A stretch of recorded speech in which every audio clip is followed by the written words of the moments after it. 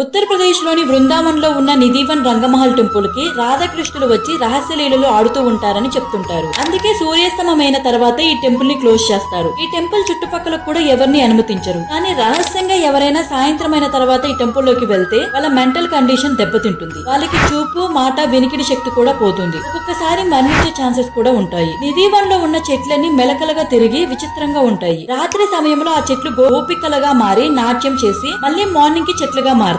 జానపద కథల ప్రకారం ఈ నిధివన్ రంగమహల్ టెంపుల్ లో ప్రతి రాత్రి కృష్ణుడు ఇక్కడికి వచ్చి రాధని ఆభరణాలతో అలంకరిస్తాడు. అంటే ఈ ఆలయ పూజారులు గంధపు చెక్కతో తయారు చేసిన మంచాన్ని సిద్ధం చేస్తారు. తమలపాకు, వేప, వక్క, వాటర్ తో నింపిన కూజ కూడా మంచం పక్కన పెడతారు. ఆ తర్వాత ఆలయానికి తాళాలు వేస్తారు. నెక్స్ట్ డే కి ఆలయం తలుపులు తీయగానే అవన్నీ చల్లా చెదురుగా కనిపిస్తాయంట. ఇంకొక ఆశ్చర్యకరమైన విషయం ఏంటంటే ప్రసాదాన్ని 5 ముద్దలుగా చేసి ఆలయంలో పెడితే వాటిలో ఒక ముద్ద పూర్తిగా, 2 ముద్దలు సగం తినేసినట్టు ఉంటాయంట.